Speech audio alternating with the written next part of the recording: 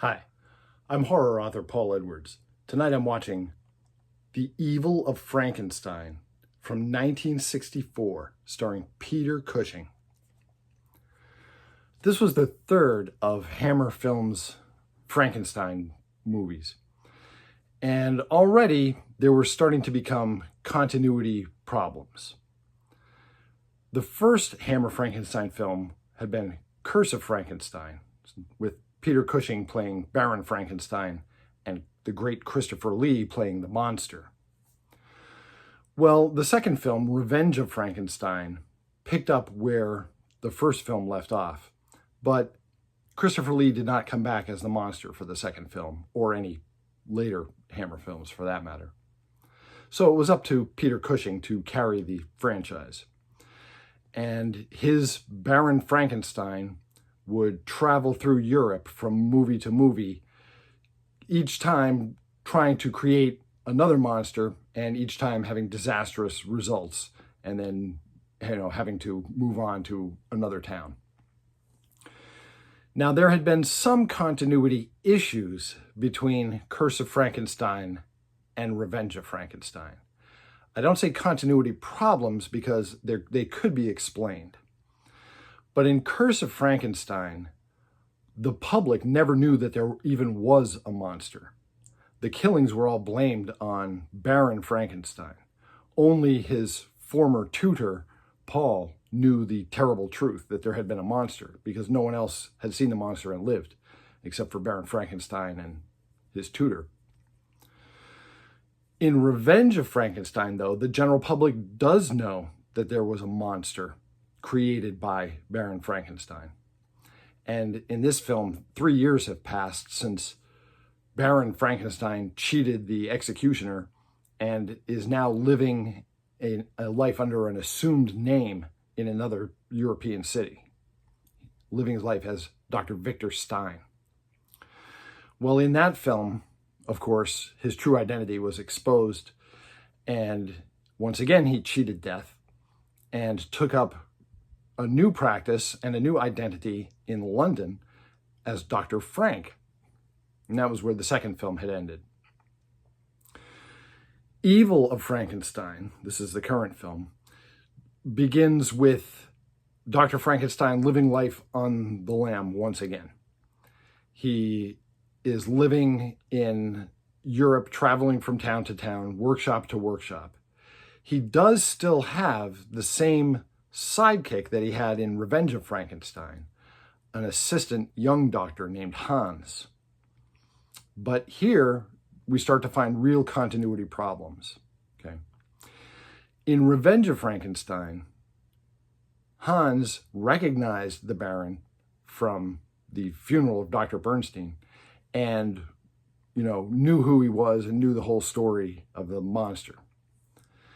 In Evil of Frankenstein, Hans suddenly doesn't know any of this. Baron Frankenstein has to explain to him through a lengthy flashback that he had created a monster years ago and that the villagers had hunted the monster down. This is basically an opportunity for exposition, for Baron Frankenstein to tell us the story, as if we didn't already know, the story of how he had created a monster and the terrible results of it. And in the flashbacks, they recreate moments from Curse of Frankenstein, but there are differences. First of all, in Curse of Frankenstein, almost everything that the Baron did, he did in conjunction with his tutor, Paul. Paul's character was completely erased out of the retroactive continuity in Evil of Frankenstein.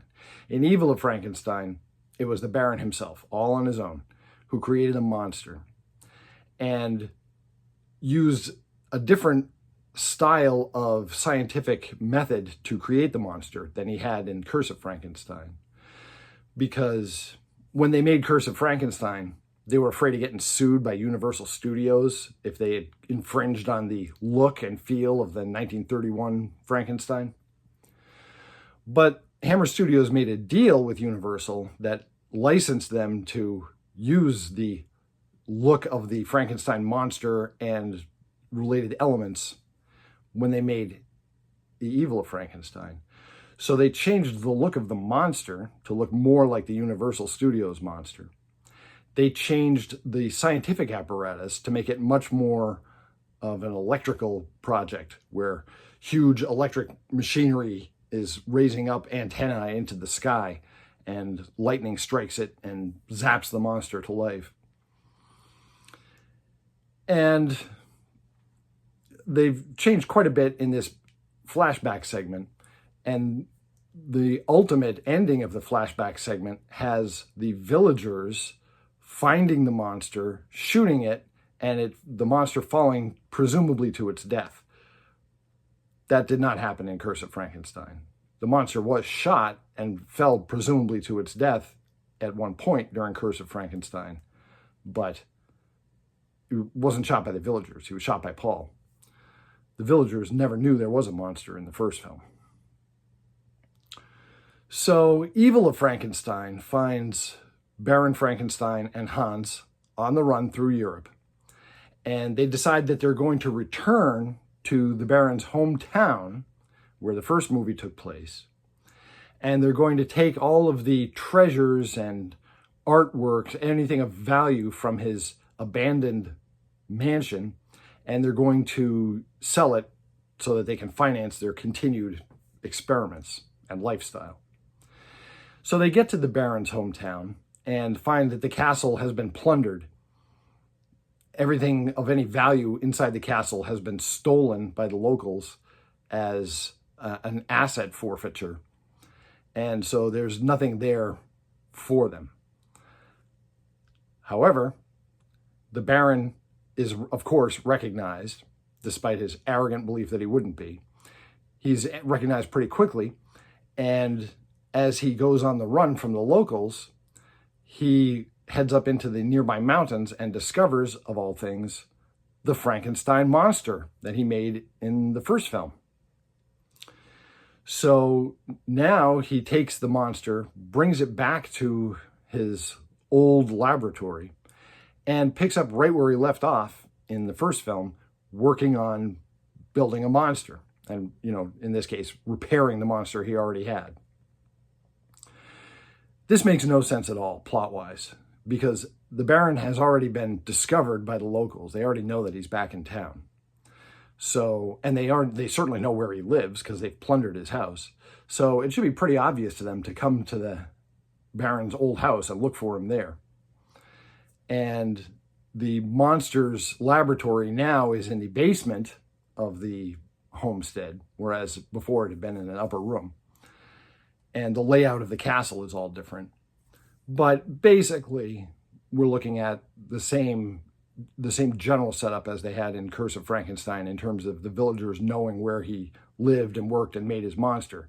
So this is a terrible hiding place, just terrible.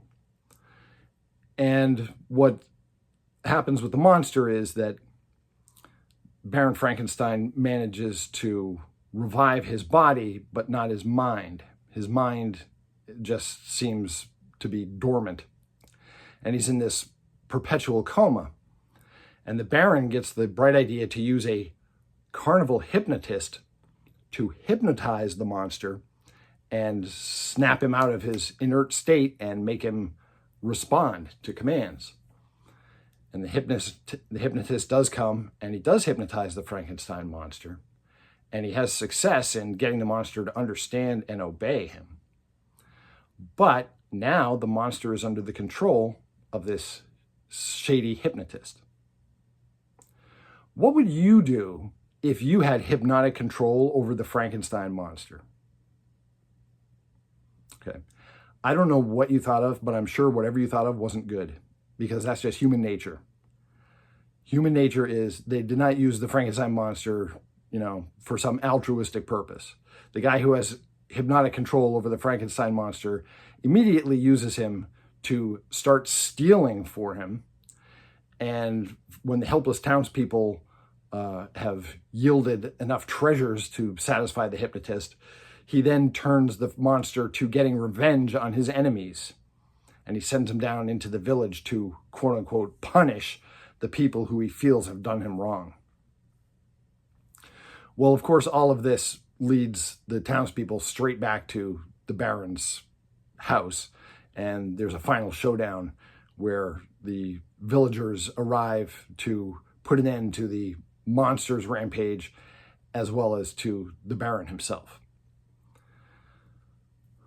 Evil of Frankenstein could have been the end of the series of Frankenstein films, because already they were going way off course from the continuity that had started in Curse of Frankenstein. As it turns out, though, they were not even halfway through their Frankenstein movies yet.